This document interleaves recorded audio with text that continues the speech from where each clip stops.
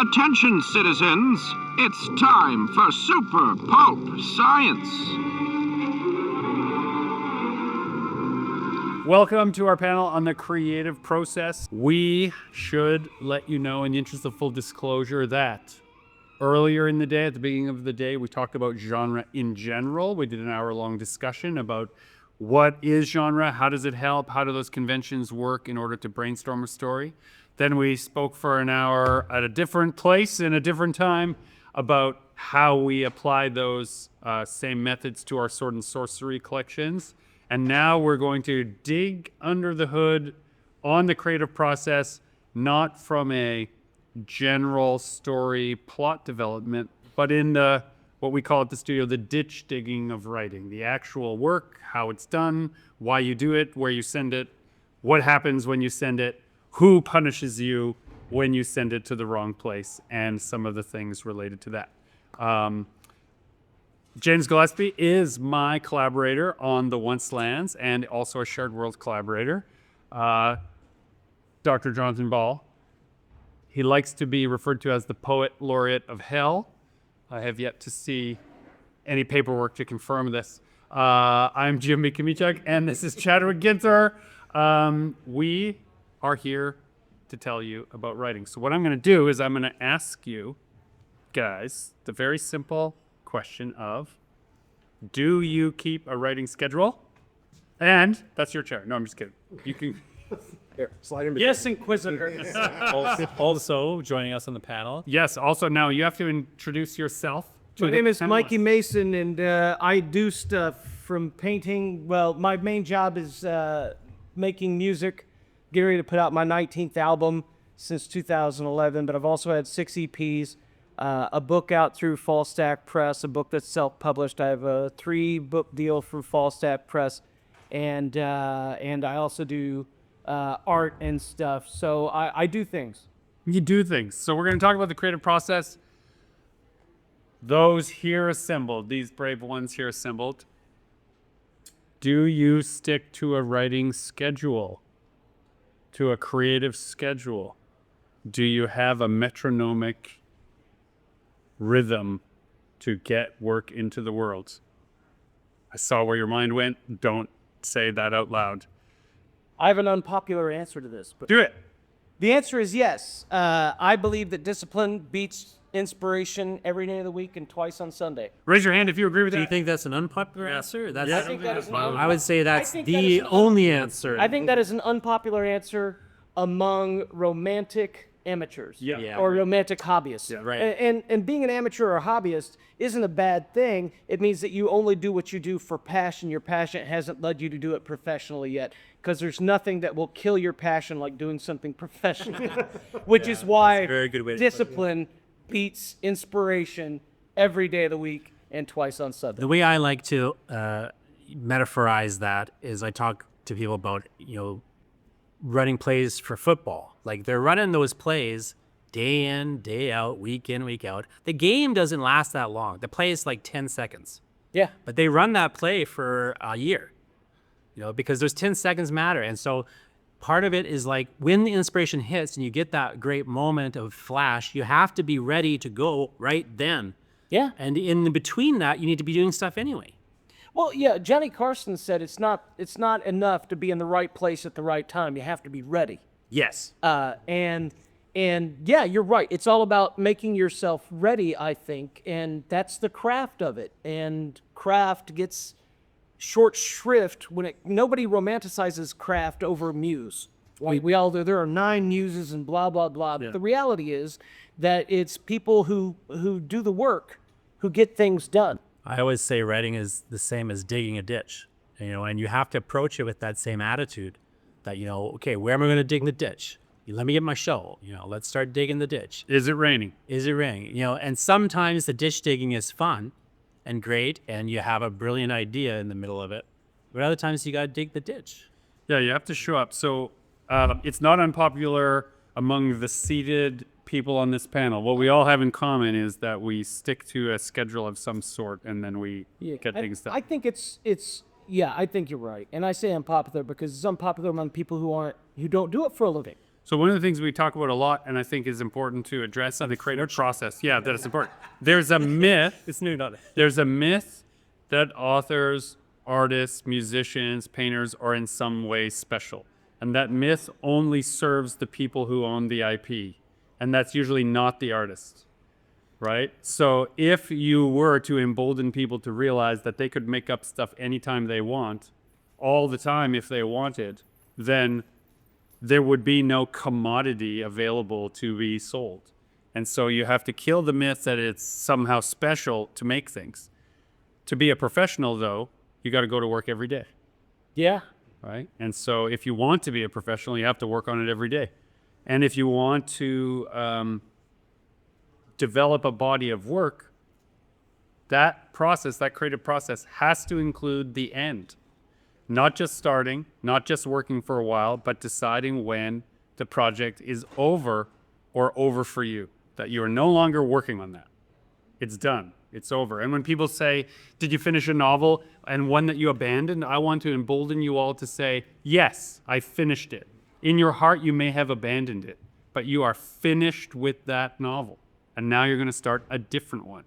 You're not tinkering with a novel for 25 years. You have been addicted to the idea that you are a novelist for 25 years, but you actually haven't finished a novel, right? You have to write the beginning, the middle, and the end in the process. Discuss. I would say the only thing I would maybe add to all that is it's okay if the schedule shifts. Like I'll go in like season by season, my schedule will shift. You know, like I'll have a different schedule. I'm going into right now this week. I have to figure out how I'm going to adjust my schedule because of how I finished a bunch of things and I'm starting a bunch of new things. But, you know, so I'll have like a week like this where my schedule's a mess and I'm kind of off a schedule. But otherwise, like you have to be on a schedule or just, they've done scientific studies. Like there's math about it. It just is the reality that if you want to have any professional aspiration, big or small, you need a schedule. It doesn't have to be writing every day.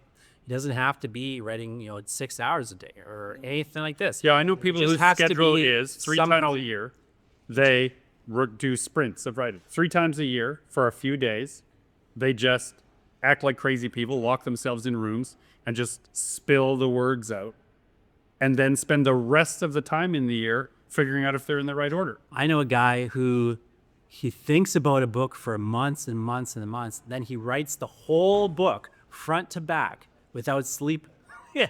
Now, I wouldn't recommend that schedule or that system or that creative process. I think it's a bad one in many respects, at least not a replicable one for most people. But any process is better than no process. What I find is most people don't have a process. That's right. Now, I recommend a nice workmanlike, systematic process that's no different from some other thing you do, like practicing guitar. You just got to do it, or your calluses are going to go away. Like it's kind of like that on a certain level. But, whatever process works for you is fine.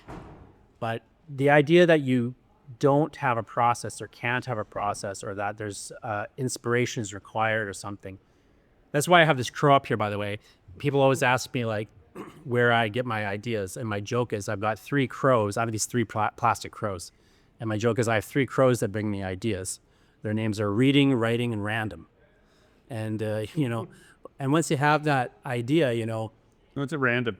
Reading, writing. This is random. This one is random. But, but once you have the idea, that's like the least important thing. Yeah. What matters is like now you have a process and a work schedule and you're actually executing the idea. That is a big trunk. It holds a tuba, a suitcase, a dead dog, and a garment bag almost perfectly. Yeah, that's just what they used to say in the ads.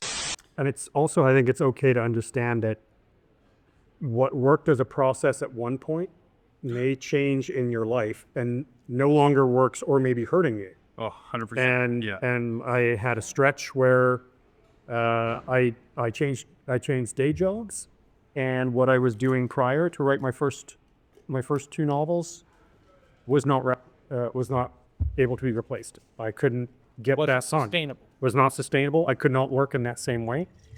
And I'm like, well, I have to find that time from somewhere, because I used to go from having a 5-minute walk to work to a 45-minute bus ride. And so I'm like, the only time I have is on the bus. So I have to make that work. And so I wrote this novel, 100 to 500 words at a sitting on the bus, longhand. And I know I used to take that same bus and I would like ignore Chadwick on purpose because I knew he was writing. And I get the same, I buy the same notebooks all the time, and I've transcribed enough of my work that I know what one of these pages equals in typed word count. Plus or minus 10 words. Sure. One of these pages in my handwriting equals about 100 words. And so I could go, oh, I've written this many pages that I have to transcribe. Right. And then I stopped and called it a first draft when I had 100,000 words of stuff in no particular order. Because that was how it was coming out. You can cut that down to a novel for sure. Yeah, and so then it's like, well, now what's my process? My process has to change because I had decided I have draft. Yeah. And so it became, what are the 3 acts of this book? Where does all this stuff happen? This thing I transcribed happens in this act. Here, and then I had to put them into roughly an order. Yeah. And go from there. But Here's it the thing changed that a lot of people don't understand is that writing is revision. Yeah. It's visions, like T.S. Eliot said, it's visions and revisions.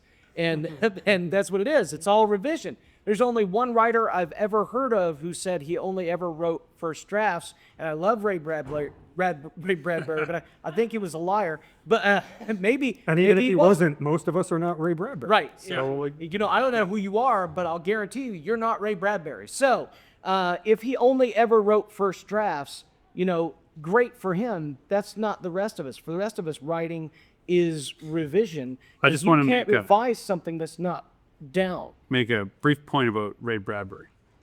When you wrote on a typewriter on a deadline, Oh, sure. it was typical that people considered their first drafts to be final drafts because they would work it out before they put it in, and I'm old enough to remember the end of the typewriter. Like, we had typewriters at home and I was typing on a typewriter when I first started writing, and you didn't want to waste the effort. Yeah. well, and you're typing on carbon pages, Yeah. so that when you send the book out, in case it never comes back right. to You're you, typing two you copies still at have a once, book. 3 That's copies right. at once, right. And so there is the time and tide has changed on how we produce drafts. And so I do probably believe Ray Bradbury's first draft, but that's because he had a method, a system, a habit, and the skill And a discipline. and the discipline. He had all of those things, right? And also whimsy. He would go out and just have adventures, right? Which is the other piece. A sort of connected thing I think sometimes that people get confused about or unclear about is people often have this idea that they can't really take on a project like a book unless they quit their job Or have a huge amount of or time. have a huge amount of time. And what they fail to realize often, like I've never really had a job in a stable way, and I've mostly been a full-time writer for the last 25 years. But what people don't realize is that I'm in a worse position in many ways than they are because they have a structure that is the same every day and they could figure out where they can do their writing in a normal week. I don't have a normal week. Yeah, the enemy to my creative output was quitting my regular job and going and being a creative full-time. Once I became a full-time creative, suddenly the spaces I was stealing that felt like, oh, this is my moment, this is where you would sprint to fill the space with something meaningful and creative, suddenly all day could be that, so nothing was precious, and then you wouldn't do the work, right? And having to instead create a time and a place where the thinking would happen, where the writing would happen, where the revision would happen, means you have to fill your life up with other things also. There has to be a pace of life. And also, yeah, the millions of little tiny interactions and inspirations that would come to you because of your day job that you didn't really want, but they were like little gifts from the universe. And like, I just never really considered this point of view, or I've never thought about this thing happening to a person, or whatever conversations. Interaction with a stranger, or you overhear a snippet of a conversation and you're like, that's a short story opener. Yeah. And now you're alone in the echo chamber of your head. Yeah. And with all the time in the world, and now you just have to make it up, and that's crazy. Yeah. Because it doesn't help. It doesn't help to have that time. What helps is to have a discipline. So whether you've got a job, whether you're full-time, part-time, whether you're unemployed, wealthy, you're trying to write, whatever it is, the discipline is what matters more than anything else. Now, I want to bring James into the conversation differently than as a collaborator, but in his secret other life, he's the art director of Canada's History magazine. And so that means other people's deadlines become his problem often, as he has to flow those with all the different assets from all these other pieces. So I want to come back now to the other side of the creative process, which is assuming your work is good enough to be published. What are some of the things that are going to be in the way of it?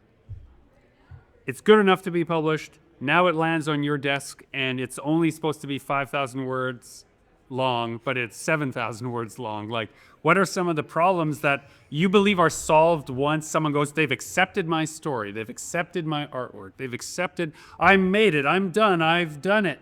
No, there's different work, and you're usually the arbiter of that sadness. Well, I work in an editorial magazine world, but I believe this also extends to books, depending on the amount of overflow text you produce, is that we have blocked out a publication. We have a certain amount of space. So if we have asked you to produce 5,000 words and you've produced 7, it ships either we have to ship the entire pagination, creating more space, bumping other aspects of things, or we have to reduce visual, which we can't really do, right? And the same idea, budgetarily, you've impacted the publication because you have to increase page count, which goes to the printer, which means ordering paper, which means all sorts of things like that. So if you don't hit your text deadline, there's a lot of factors of problem solving that have to be implemented. But James, what about my muse? What about my precious 7,000 words, none of which are you can't extricate them from the final. Well, with your muse writes the check, your muse can make the decision. And absolutely. Now, fortunately, as the art director, I don't have to do that, but the editor-in-chief who I work with has to make a decision, and I've seen them have to make some hard decisions, which is when, for those who are unfamiliar, it's called spiking an article. If you have a good editor and they are experienced and they know whether or not the red flags come in. So the first red flag is the text came in over by thousands of words, not just a couple hundred. That's obviously very, very, that's something that a good editor can account for. They can wipe a couple hundred words out, absolutely no problem. But in that case, if the answer is, second red flag is, every word is precious, I can't cut anything. Yeah. And that's a gift from the editor to allow you to go and edit your own work and bring it down. Because then what people don't realize is that when an editor chooses to do that, it can be even more devastating to the writer because they have lack of control over what's being chosen to be replaced or reduced. And I imagine the contracts in a periodical instance are perhaps different than in a fiction instance where Oh, yeah. A nonfiction editor probably has final say on what is cut. Yep. I don't know if they still do it this way, but when I used to write for newspapers, in newspaper writing, they used to teach you this pyramid shape for a story because, you put this amount of stuff at the top, this amount of stuff in the middle, this amount of stuff at the bottom, and you'd have to shape the article a certain way. And the reason for that was, let's say you had a 5-paragraph article, and let's say they sold another ad and they needed space for the article. They would just delete the bottom 2 paragraphs for that space. They just start deleting the paragraphs from the bottom until they had the space they needed to put the ad in. They wouldn't read them. They wouldn't edit them. They wouldn't try to trim it down. They just start deleting the end of the articles. And so the article had to be written in a structure that would allow you to just drop the last Which paragraph. is why all the pertinent information Yeah. is technically in the first sentence or paragraph. And if you're not writing it that way, you're gone. That's how you have to write it. I'll get something out of the vending machine. Vending machine? What are you talking about? At the bus station, they have these cheese sandwiches. They're pretty good. It's better if you take me now. That way Carl won't get my spot. The novel's not the same. No, We're certainly not that ruthless in my publication. I wish you were. That's what I imagine you people. But I learned a lot in your from that. lofty tower. Because I learned, like, you have to think through the material realities of the publication. You have to think through what you can do in your process to shape things a certain way. You know, your inspiration isn't as important. Your great grand ideas, and I even say this as an avant-garde experimentalist, your great grand ideas aren't as important as simple logistical things like, does anyone understand what you're saying? Does anyone want to turn the page? That's right. You know, those are the simple logistical things that matter the most. So in considering now the creative process on the whole, right, it can seem like, oh, there's all this stuff that seems like the unfun portion, right? I want to instead take a moment and ask you all to talk about the good part versions of your creative process. The part that takes you somewhere else, where time disappears, where the muse did arrive or didn't, but you got the work done anyway. Some aspect where the thing you're making with your hands, with your words, with your paintbrush, with your music, in any... I can speak to that. Yeah. And it speaks back to one of the original points that was made, which is about the discipline. Yeah.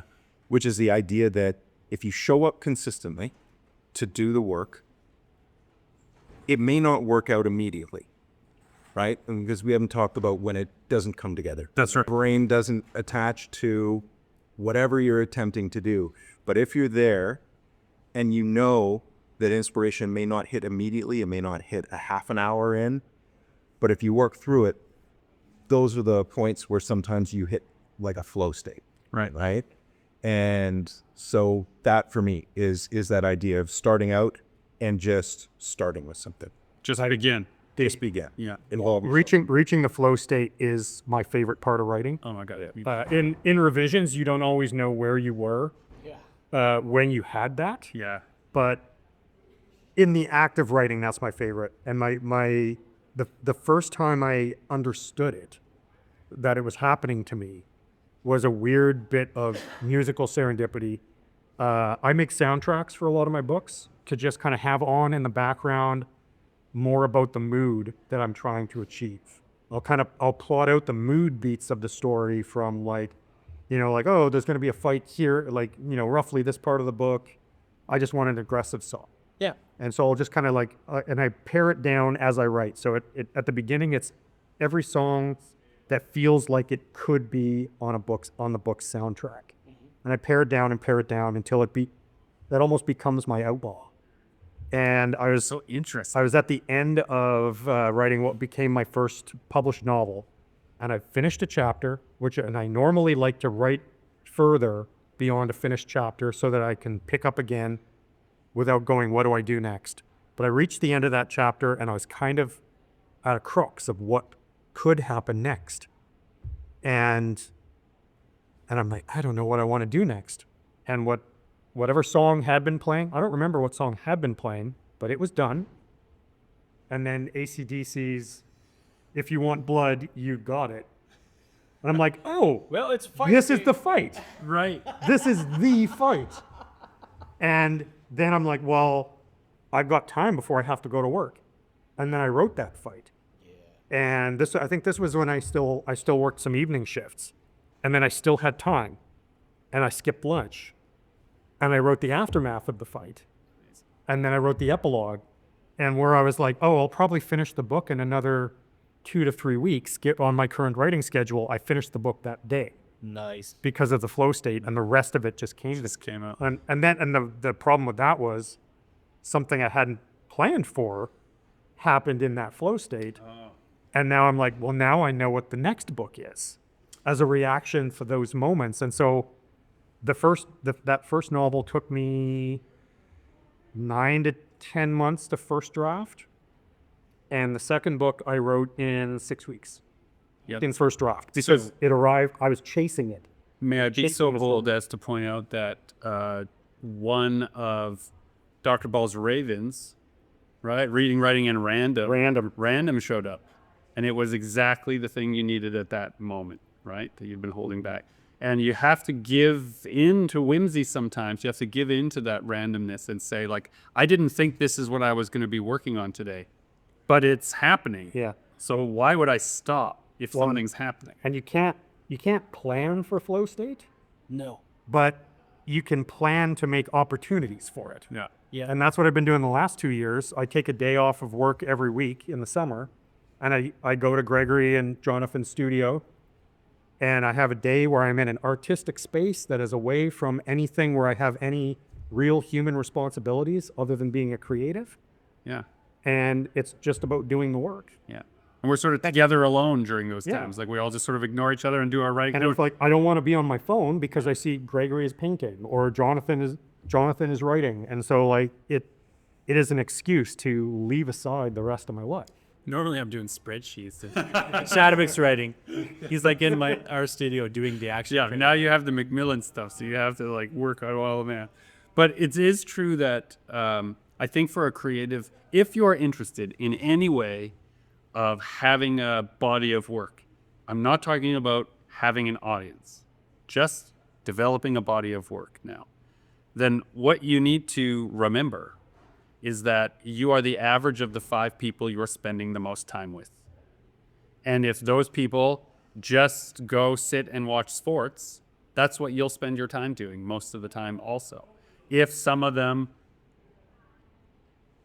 go cut bow lengths from the forest, you will start to wonder, is there more I should be doing with my hands? Right? Like those things matter to a human being, is that you should have not the same kind of person in your life all the time, always around you. You should be looking for people who challenge you. You should be looking for people you can help. You should be looking at this whole thing, and all of that becomes what you were talking about, the million interactions that become the word of the song, the stroke of the brush, the like, I'm going to borrow that phrase, I'm going to borrow that moment. Like all of that coalesces by simply not hanging around the same kind of people all the time, right? I like to think of doing the work, which can be boring and frustrating. I mean, to be honest, it can be boring, it can be frustrating, but I like to think of it. A lot of artists like to wait for inspiration, and I think of it as mining for inspiration. You're digging through the detritus of your thoughts, or whatever it is. Maybe you're just putting down trying to get to the flow state. So once you get there, you find Neil Peart said that genius is the spark that lights itself. And or genius is the fire that lights itself. And that's what we're trying to do. We're just striking at flint until we can catch a spark. We're just doing it over and over and over and over, and it's the repetition that will eventually cause that spark that will catch the fire, and then we get to shape the fire, how big it is, what the material is, and that's what we're trying to do. We're low rent Prometheuses in an alley trying to catch a fire. If that's not the name of an album now, Low Rent Prometheus. That was the name of my cult cover band in high school. But that idea that you have to kind of, someone's just a drudgery or you're even dreading it, but then, it'll be somehow coupled with a great moment. Like my example, what you're talking about is when I was working on the book, The Lighting of Possible Storms, I was right near the ending, but I had in my math and plan, I had 50 pages to do to get to this ending. And I was really frustrated and because I had sort of, I didn't quite know what some of them were in the middle, but I kind of knew this last one. I kind of knew this one here. And I was like, but I just don't know how I'm going to get from the one thing to the other, And I was just I was really frustrated by it. And I was having a really difficult time in my life and all these other things were going on. And I thought, I should just, I had the thought what, I should just not work on this until I figure it out. But then I thought, no, that's the wrong approach because that's not the job. The job is you work on it anyway. So I sat down, I was like, okay, well, what can I do? I can write the one page I know, and then there's 50 pages of something, and then there's the other page. So I wrote the one page, and I wrote the other page. Then I realized that I didn't need the stuff in between. And I was done the book. This, you finish this, and this. And I was like, well, this can just go right directly after it. This runs right into this. Yeah. This is fine. I literally added one sentence, that like transition between the two. I cut the whole 50 pages. I was done the book like a month, 2 months ahead of schedule, just because I was willing to do the process of it and take that disciplined approach. Because I was doing it, I had that inspiration flash. It wouldn't have happened otherwise. I would have made a complex plan and written 50 pages of stuff over months and then cut it all. Or worse, not cut it. Yeah. I would say worse not cut it. Yeah. Or get into an argument with an editor later when they're like, it seems to drag at the end, and you labored and slaved over those 50 pages and felt like they're worth saving, but they aren't. Yeah, because you're defending the work. Sorry, you're defending the effort and not the work. Yeah. That's a good way to put it, defending the effort and not the work. Things are a little weird for me right now, James. Things are a little weird for me right now, I know, too. but I got my editor in town. I gotta finish my book, and there's some extenuating I won't bother you. I won't even talk to you. If you have a precious idea about the effort somehow, like if you're just committed to the effort and you don't care, you'll just do it. See, it's funny though. I am committed to the effort more than the work, but not at the publication stage. So things that get in the way of me being able to work every day, to have the effort and be the person I am when I'm working regularly is the person that is the better husband, the better father, the better person, the better friend. Anything that gets in the way of that person, I am the enemy of. And then, so whatever work is produced, I've defended the effort already. So when an editor comes along and says, actually rewrite this, or if someone says this isn't clear, or you should cut this, or maybe these 50 pages of illustration are actually not necessary, I go, okay, cool. I already got what I needed from them, which is the me that made them. So like, this is easy. But I also adapted the creative habit of not discarding those things. Something Chadwick does also, which I know is really important, is if I did that effort, I don't have to protect it in the work, but now I hold that effort in reserve for when I'm not able to produce. It's sitting in escrow for a future story. Exactly right. Is I've done that labor, right? It's stored labor. And if someone says, hey, you know, there's an opportunity here, and I think, well, I have those 50 pages of illustrations that got cut. I bet I could cut those into a 30-page story if I rewrote it.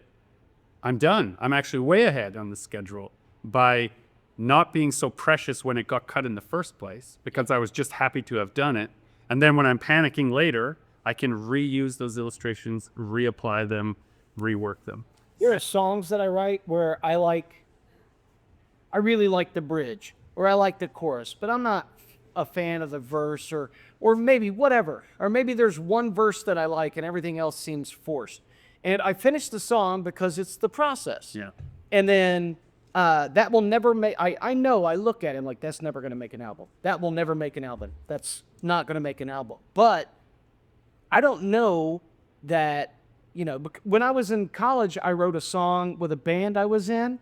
And then in 2017, I put it on an album and had the bridge from that song on the album, which literally just got plucked from the song I wrote in college and put on this album in the middle of a song that was about something else, but the bridge worked perfectly, and I couldn't make a better bridge for it, and it's because I never threw it away. Yeah, always hand your homework in twice. We shout it all the time at the studio, right? That reminds me of how, like, Tragically Hip's Locked in the Trunk of a Car evolved from the live version of Highwind. Yeah. Like, it's just like he gored down, he went off rambling at one point, and then that got recorded. Yep. And people responded to it, and they kept kind of doing the song in that way, and then it evolved again into its own song. I'm really obsessed with comedians, and they often will have process like that. They'll have a kind of jokes that they know work. They'll go and do them, but then they'll come up with other things. They'll record themselves. They'll play it back. They'll, you know, so they're all have different processes, but, you know, often they'll do that kind of thing too. But the other thing I was thinking about comedians with in this is that the comedian Anthony Jeselnik randomly has started a book club. So he's just like reading novels he likes and, you know, doing a book club off them. And he's been answering like questions, and they're not funny books or anything. It just is like a weird random thing he's decided to do.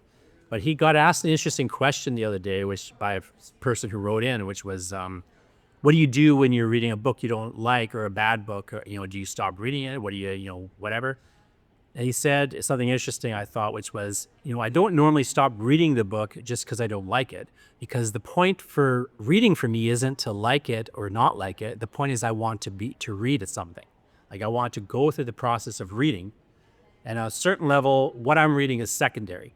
And I think, I like the person I am when I'm reading, and I like the benefits of reading. And I always thought that was an interesting way of thinking about it. And I think it applies also to just that creative process. Like the first foremost point of doing it is to do it. Yeah, do you like it? Right? Wouldn't even say you have to like it. I would say that's not even that as important of, is it worth doing? To me, it's worth doing, so I have to do it. And I write for publication because I can't stop writing down ideas. Not even that I can't stop writing. Like, even if I decided tomorrow to give up trying to publish novels and short stories, You'd be buried under these books. yeah, I'd be buried under the intrusive thoughts that I just keep writing down. So I may as well do something with it. It's why I like and admire you so much, Chadwick, because that part about you and I is the same. I'm going to make it anyway, and if I don't make it, I'll go mad. Yeah. And so since I'm making so much of it, I might as well clean up enough of it that can be in the world for other people, right? The audience part is much later. Publishing is a byproduct of writing. It's not the point of writing. And so you have to be collecting enough of the work, right? Enough wool before you can spin it into yarn, as it were. My daughter once, when she was younger, she made one of those comments kids make, where she was like, "You know what you should do? You should write a best-selling book." I was like, of course you don't get it. Yeah, So, well, you're a kid, but also, my youngest cousin yeah. came to one of my book launches and he held up the book and he said, I bet your book would sell a lot more copies if you put Batman in it. And I'm like, you're right. Right. It absolutely would. But Can't do that. as funny as it is, like what's at the heart of that idea, which is kind of let's, for lack of a better way of putting it, is an uneducated idea, right?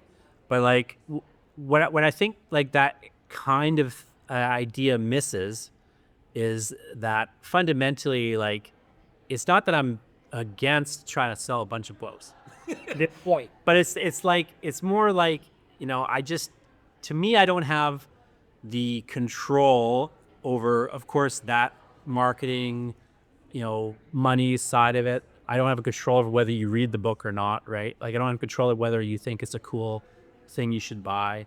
But also, like, I feel like there's a level where I don't even have control over the book. I just, like, my sort of, the one area in my life where I'm a little esoteric and, not quite spiritualist, but like have a sort of spiritualist type attitude, I think is that creative process. You're not superstitious. You're a little stitious about. Well, I'm not superstitious at all. I'm a very, analytical type of person, but I do sort of have the quasi-religious attitude that I'm just here to serve this book. And so if the book wants me to work on it, then I guess I need to work on it.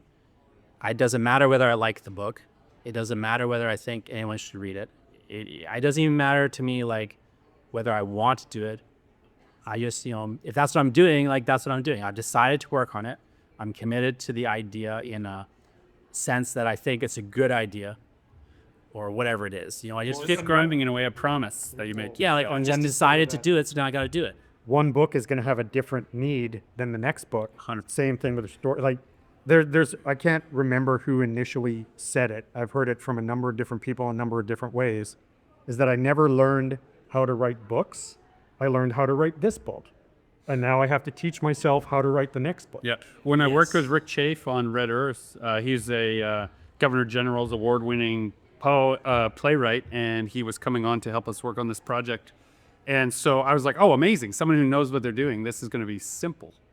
Right? He came in to sit in the writer's room, and I was like, all right, Rick, you're in charge here. You're the one with all the accolades. And he said, what are you talking about? I only knew how to do that one. And I had to figure it out from scratch. So we're going to do that here.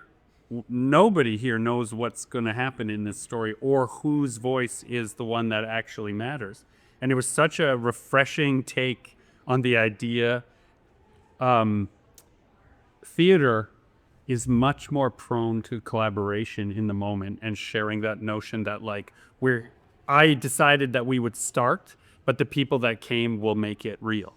Is such a solid point. I've been stuck in so many creative meetings amongst people where you're working on a project, maybe a newer version of some kind of project, but you have enough experience that when you're going through and there comes a question of like, well, of course you've done this before, and all heads turn to you of like, what's the solution in the moment? And you look at them, you're like, let's start trying stuff. Yeah, that's right. It's all you can do. There is to see if all it the works. parameters have changed. Yeah. You know, we're working on a medium, and yes, it's contained within this, and we're using words and we're using your images, but their subject matter, how the combinations of all these pieces go together is so fundamentally different that it's like, this is teamwork. Yeah, the sort of misnomer of it all is there's not, like, the panel might be called the creative process, but there's not one creative process. Like everything has this, every person has maybe a different creative process, but even the person has to sometimes throw their creative process away because the project is demanding some other process. I have trouble sleeping. While I'm lying in bed, I figure them out. The stories. So you need a process, you need to have a discipline, but you also have to be attentive to what it is you're doing. And I think the thing that I like to sort of make the comparison along the lines of what James was talking about is if you want to write a joke and you want to, figure out how to, I want to write a funny joke. There's a level of, you just have to say the joke and see if anyone laughs. Like you have to, at a certain point, just say it, see if people laugh. Otherwise, you can math it out, you can plan it, you can do all these things, but until you say it and see if anyone laughs, you can't really know, like, whether or not it's working. Mm-hmm. And is it a joke? Like, is it anything? You have to just sort of do it and see if it's any good on some level. Sometimes you make, like you're saying, like you might make a song or whatever, and it isn't good enough for this thing. Maybe you'll use part of it later, maybe you won't. I think, since we have a songwriter here, there is I think a mischaracterization that because if you're in a band, you are therefore collaborative. But it is right. Yeah, I used to be right. That is, Never worked with a lead guitarist. No. this is what I'm getting at, right? It's not always true, but it becomes like a team sport from a certain point of view. Like from the audience's perspective, it's a team sport. Yeah. But the sport aspect is that you show up to practice. Yeah, and when you show up to sort practice, of bands as a team sport because they're there and it's fun to market them that way. But Yeah. very often they are the product of one person's artistic vision, exactly, yeah. or maybe a couple or a pair. And so what I want to say to those people in the crowd here is if you're wondering, I think what you need is you don't have to worry about whether they're all playing the same song. You should find a band to practice with. And you should find a writers group, you should find a group of painters, you should find a group of poets, illustrators, whatever it is, and you should get together regularly to ignore each other and work. Yeah. Right? You should just get together in the same space and you will be lifted up by that. Jonathan and I ostensibly met and started our monolithic and crushingly dystopic collaborations many years ago in a writing group that I found so challenging to meet the demands of because everyone I thought was so much better than me at writing that when the class ended, I was desperate for it to continue. So I hosted it at my house the same time every week for years. And we just kept bringing more people from different disciplines, playwrights, poets, screenwriters, novelists, people from all different walks of the writing life.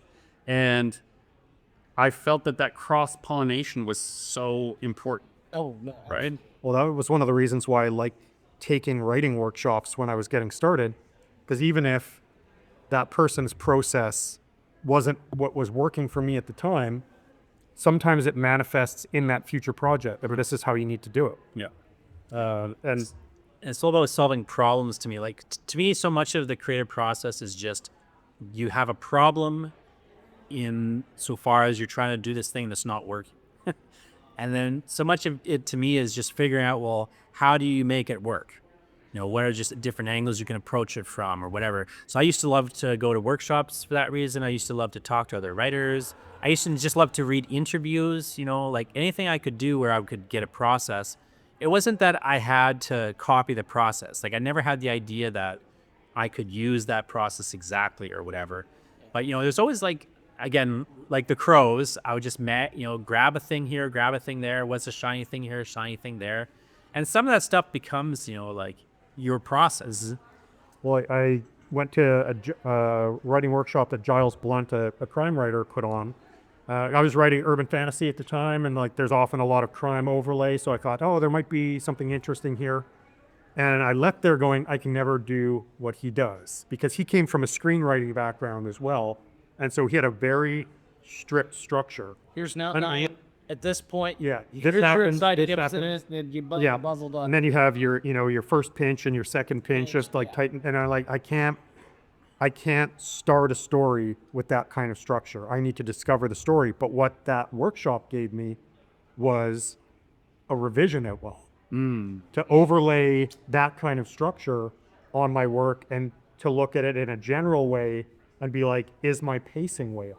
Yeah, take that Where- 100,000 words and now put this overlay on If something top. big should be happening Where's here, my something first big should be pinch? happening Where's here. my second pinch? Where's the resolution? Where is the climax? When I'm having to cut 15,000 words out of a book to make a maximum submission guideline, I'm so glad that I had to force myself to do that before an editorial demand Yeah. to do it, because then I taught myself that I could do it and it wasn't a big deal. Yeah. I used to read, I used to be a big reader of massive fantasy tomes, and I kind of got away from reading them for a bit. But I always had in my head, it'd be cool to write that kind of thing, like a sword and sorcery thing. But I can't do that.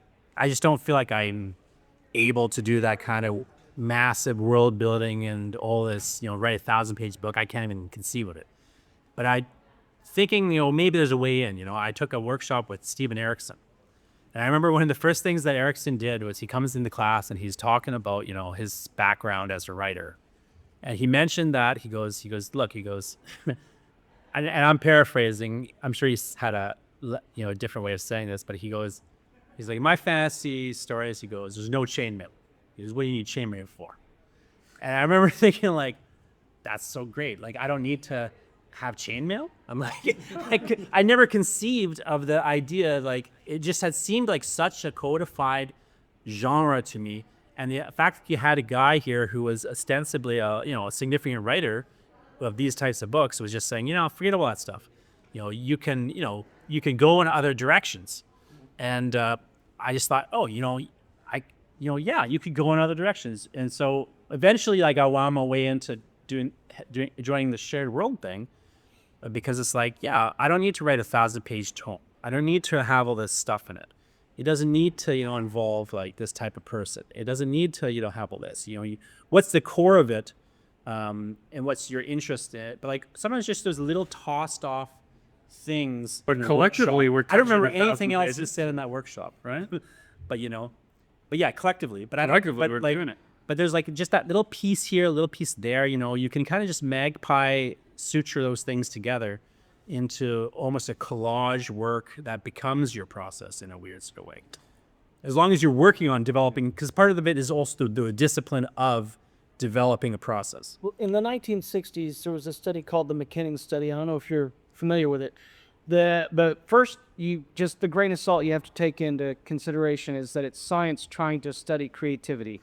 And the second, it's in the 1960s. So take all the grains of salt you need. But they were trying to study creativity, and they studied creativity in office spaces, and they were asking people who the most creative person in your office space is, and blah, blah, blah, blah, blah. And invariably, they found that the most creative person in an office space wasn't anyone that anyone by any metric defined as the smartest or brightest or best at their job in the office space. It was the one who liked to play with problems. That it was the one who liked to play. And Monty Python, John Cleese talks about this when he's talking about Eric Idle. He doesn't say it out loud, but if you read the diaries, and I have, he's talking about Eric Idle.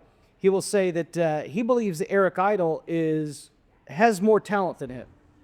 Absolutely. undeniably more talented, that Eric Idle is more talented than him, but also undeniably lazier than him. And the reason that his works work better, that his shorts work better than Eric Idle's, is Eric will take the first solution that presents itself, and he likes to play with solutions and figure out what's the best one. And if something says this will work, Eric's like, good enough, bye, move on to the next thing. And John would be like, I'm not sure that that's good enough. And there's a strength in both of those approaches. Yeah, well, no, this is what I'll speak to because we're winding down on time here. So those of you who have come for the next programming, I appreciate that you will have no choice but to listen to our final edicts here at the... We've been talking about the creative process. We've been talking about how it is different in so many people, and that there is a separation between the notion of what an audience is and what the work is, what the labor is that goes behind the work, what the reasons for that labor is, and what those methods are. One of the things we've been suggesting is that you have to find people who will work on the same kinds of stuff as you will, seek them out, and start a schedule where you see them. There is an unintended result of having a writer's group or a group of bandmates that you practice with, and it is this. You're training yourself to show up and meet a deadline. It is passive, soft skill that by not missing your Wednesday night writer's group or reader's group every week for years, when you have to not miss another deadline every week for years because you actually broke through, you've been practicing. The idea that you are somehow above the labor is going to get between you and the craft. It's going to get between you and your ideas, and it's going to get between you and publishing. So however you get to the first draft, we're in full support of it, right? Good writing is rewriting, as we've said a few different times here, but you have to show up and finish that draft. And sometimes the best way to do that is with a little bit of peer pressure with your friends. So thank you so much for listening to us as we talked about our creative process, and we hope to see you in other panels soon. Come buy the books and enjoy the masquerade. Cool, wrong.